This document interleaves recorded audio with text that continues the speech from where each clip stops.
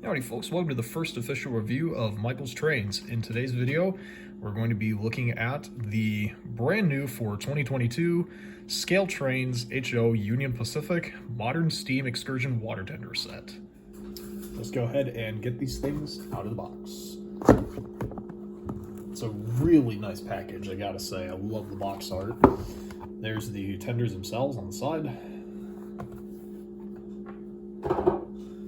You have your instruction manual here. It kind of goes over all the parts and the DCC functionality. Here's your split parts diagram. I'm sorry if you can't really see it that well. It is there. And now onto the models themselves. Take a look at that. Those things are just absolutely beautiful. All right, we'll start with the top one, the flag car, Jim Adams.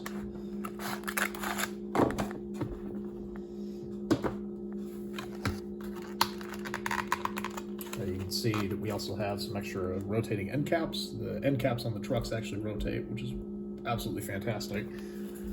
End caps of the axles, I should say, bearing pieces.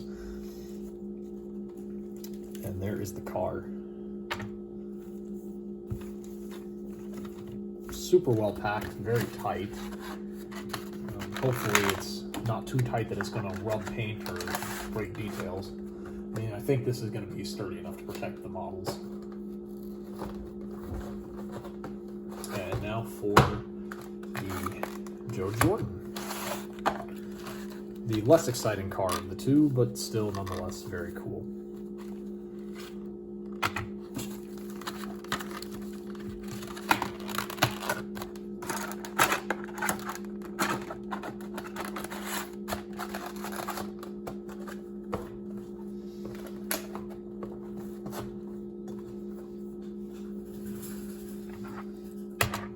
So there you have it.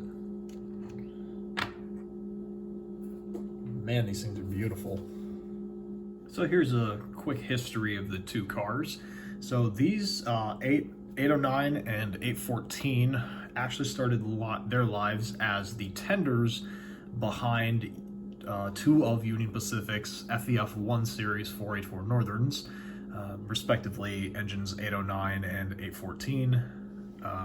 After these tenders were eventually subbed out for the larger centipede tenders that were more common behind the big boys and challengers and FEF 3 Series Northerns. These were then delegated to auxiliary water capacity in a slightly different appearance than what they're in now. Around the 1950s, when the big blow gas turbines were introduced, these cars were then delegated to turbine service, carrying the extra fuel for the turbines. And after the turbines were put out of commission and scrapped, these cars were saved and placed in storage for Union Pacific and eventually put back into water carrying service behind their two steam locomotives, engines 844 and Challenger 3985. Around 2006, I believe, is when they went into the shop for a cosmetic makeover and came out looking in their present condition today, with an extended water capacity here, which is where this is, and of course their names, Jim Adams with the flag and Joe Jordan the plain car, respectively. They now continue to run in excursion service behind the 844 3985 until 2010, and now Big Boy 4014. I got to see these two in person behind 4014 when it was traveling through St. Louis in 2021.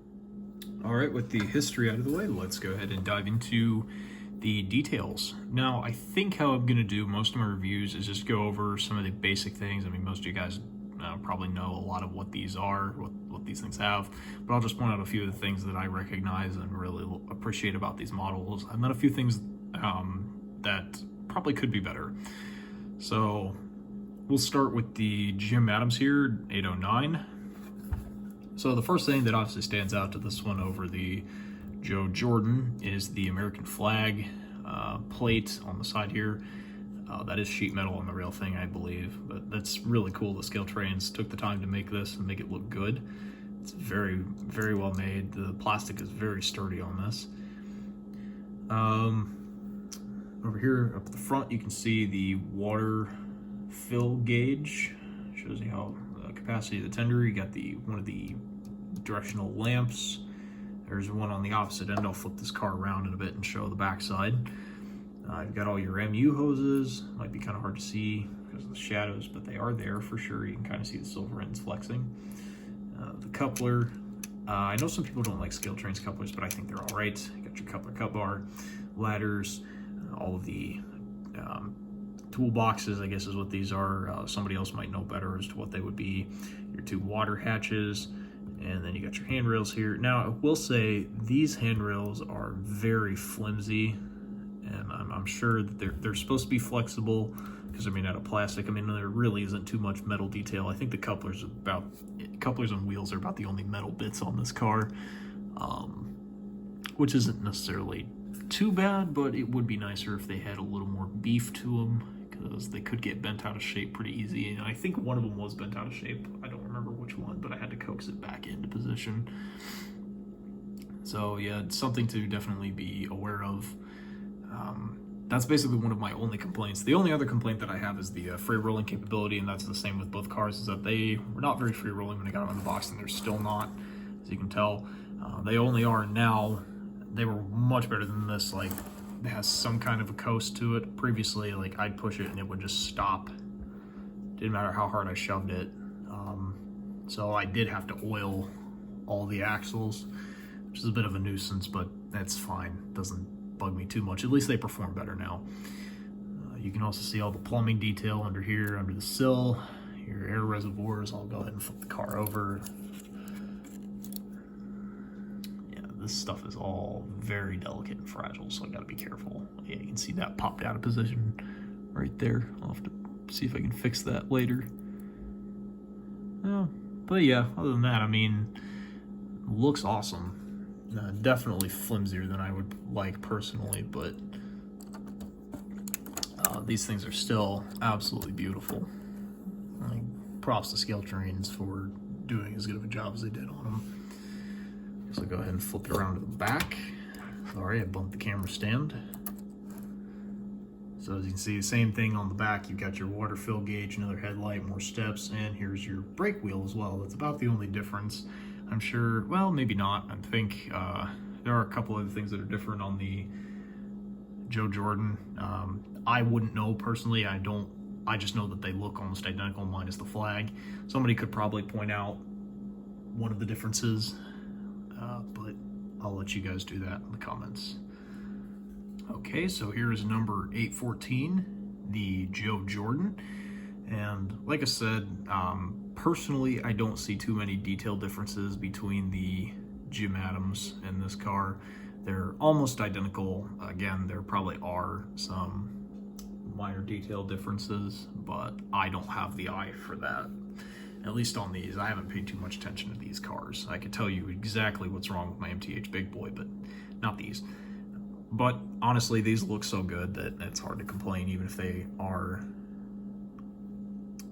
different or inaccurate slightly.